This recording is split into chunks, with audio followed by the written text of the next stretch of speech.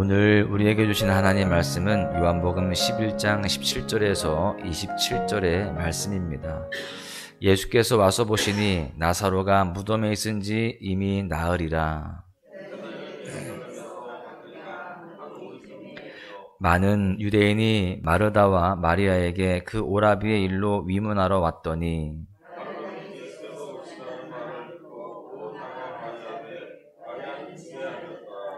마르다가 예수께 여짜오되 주께서 여기 계셨더라면 내 오라버니가 죽지 아니하였겠나이다.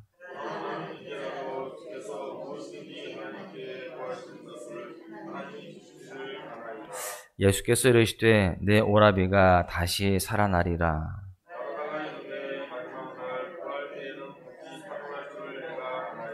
예수께서 이르시되 나는 부활이요 생명이니 나를 믿는 자는 죽어도 살겠고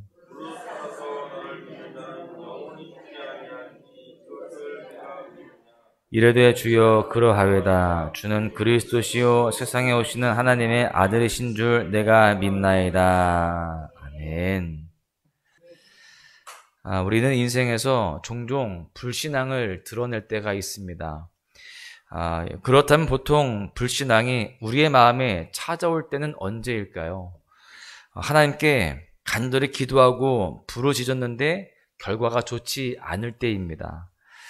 결국은 해결이 안 되었을 때인 것이죠. 무엇보다 간절히 부르짖는 기도 제목인데 하나님이 이루어주시지 않을 때 우리의 마음에 서운함과 불신앙이 찾아오게 된다라는 것입니다. 오늘 본문에서도요, 다양한 양태의 불신앙의 모습을 보게 되는데요. 그렇다면 우리가 불신앙에 놓이게 될 때 가장 빠르게 일어나서 다시 믿음의 경주를 하려면 무엇이 먼저 되어야 할까요? 바로 내가 불신앙이 있다라는 것을 먼저 인정하고 직면해야 되는 것입니다. 나의 영혼을 직면해야 치료받을 수 있기 때문이죠. 병원에서 가장 치료하기 어려운 환자는요, 자신의 병을 인정하지 않는 환자라고 합니다. 그래서 우리는 우리의 모습 속에 불신앙이 없는지 우리가 살펴보면서 있다라고 한다면 그 불신앙에 대해서 인정하고 직면하면서 그 모든 불신앙들을 떨쳐내고자 힘쓰는 그런 모습이 되어야 할 줄로 믿습니다. 그 가운데 불신앙이 아니라 하나님의 아들 예수님을 믿는 그 온전한 믿음으로 살아가야 할 줄로 믿습니다. 이 시간 오늘 본문의 말씀을 통해서 불신앙이 찾아올 때 어떤 증상이 있는지 불신앙의 양태를 살펴보면서 우리의 모습을 진단할 수 있기를 소망합니다. 첫 번째는요, 불신앙이 찾아올 때 우리는 주님 앞에 나오지 않는다라는 것입니다. 오늘 본문에서 예수님은요, 죽은 나사로의 집을 방문하십니다. 나사로는 죽고 무덤에 있은 지 이미 사흘이 지났다라고 성경은 기록하고 있습니다. 이미 많은 유대인들이 나사로의 죽음을 위문하러 왔다라고 그렇게 이야기하는데, 그런 상황에서 예수님이 나사로의 집을 방문하셔서 나사로의 누이였던 마리아와 마르다를 만나게 됩니다. 이 두 여인의 반응을 보게 되는데, 오늘 보면 20절에 보시면 마르다는 예수께서 오신다는 말을 듣고 곧 나가 맞이하되 마리아는 집에 앉았더라, 이렇게 되어 있습니다. 마르다는 예수님이 오신다는 말을 듣고 바로 나가서 맞이했습니다. 그런데 마리아는요, 예수님을 맞이하지 않고 집에 앉아 있었다라고 되어 있습니다. 당시요, 이 베다니는 가난한 지역이었습니다. 당시 가난한 사람들의 집은 흙과 나무로 지어져서 방음이 잘 되지 않았습니다. 그래서 예수님이 오셨다라는 소리는 마리아의 귀에도 분명히 들렸을 거예요. 그런데 마리아는요, 미동도 하지 않습니다. 움직이지 않습니다. 나가보지 않는 거예요. 마리아의 마음에 뭔가 서운함이 있었기 때문입니다. 왜 이제 오셨을까? 이런 서운함이 있었을 겁니다. 예수님은 치유를 일으키시는 분이시니까 조금만 더 일찍 오셨다라고 한다면 나사로가 살아났을 것이다 라는 서운함이 있는 겁니다. 자신들이 사람을 미리 보낸 이유도 소식을 듣고 예수님이 한 걸음에 달려와 주셔서 그 나사로를 고쳐주시기를 원했었는데 그렇게 하시지 않은 것에 대한 서운함이 그 마음 가운데에 있었던 것입니다. 여러분, 불신앙은 이렇게 서운한 감정을 만듭니다. 그 하나님께 대한 서운한 감정은요, 우리를 하나님 앞으로 나아가지 못하게 만듭니다. 마리아는 그래서 예수님 앞으로 나아가지 않았던 것입니다.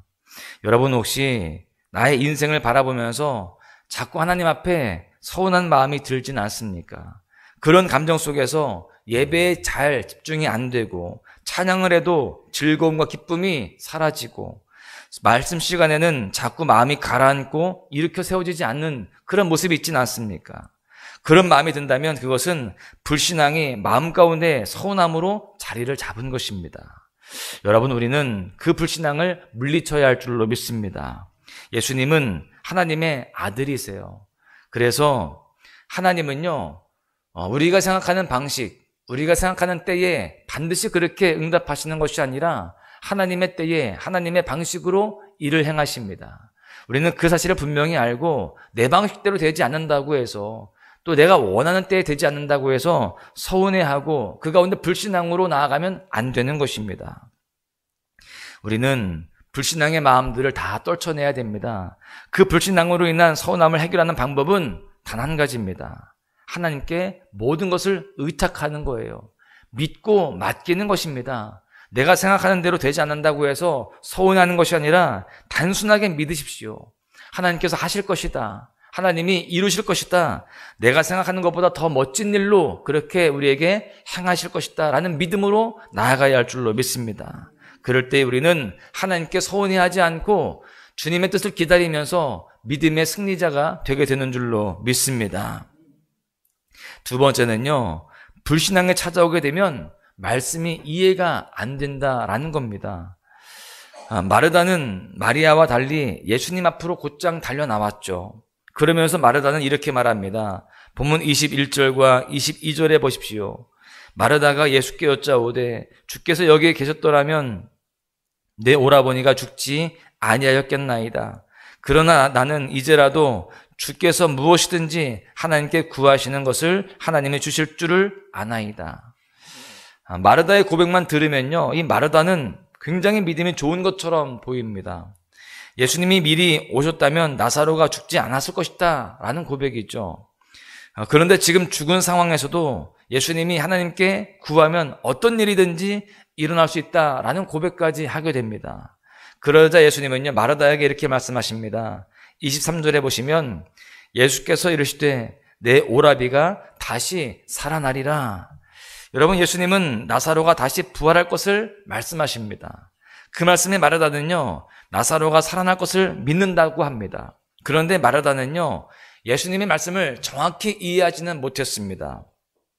예수님은 나사로가 바로 오늘 지금 이 순간 살아날 것이다 라고 말씀을 하시는 것인데, 마르다는요, 그 주님의 말씀을 정확히 이해하지 못하고 이렇게 답변합니다. 24절에 보시면 마르다가 이르되 마지막 날 부활 때에 다시 살아날 줄을 내가 아나이다.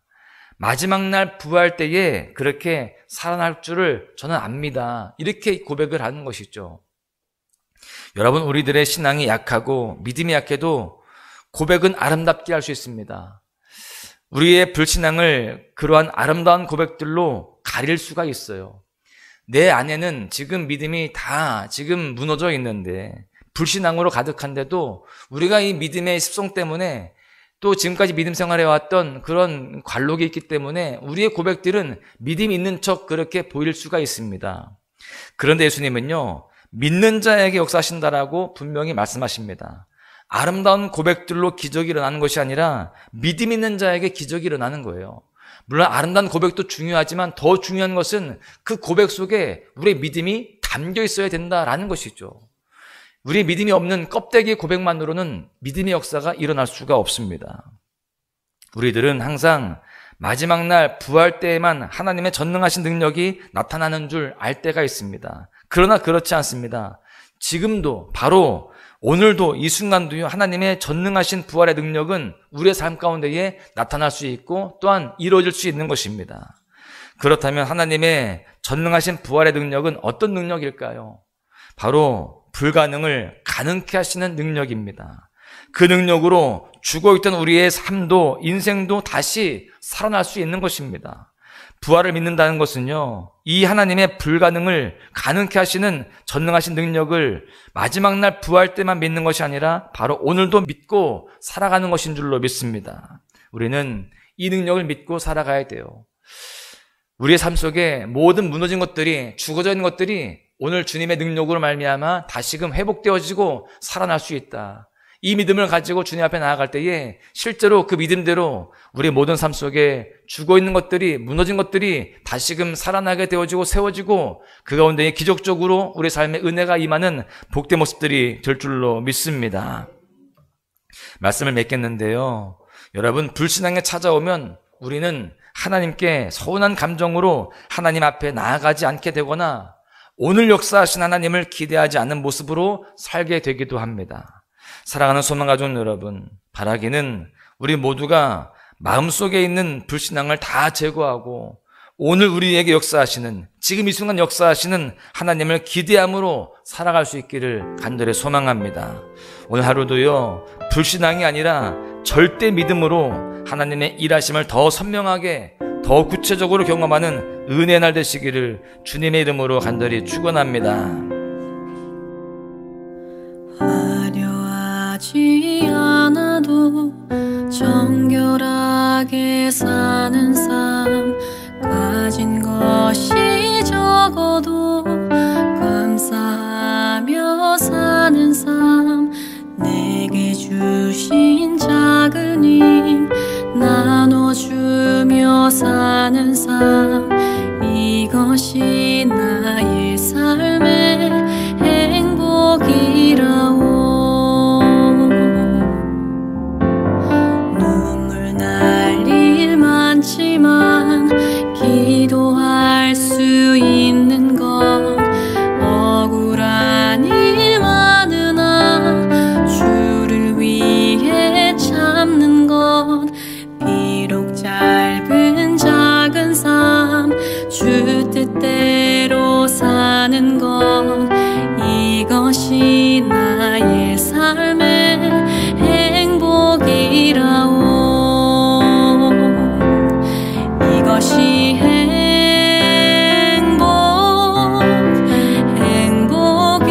행복이라오. 세상은 알 수 없는 하나님 선물, 이것이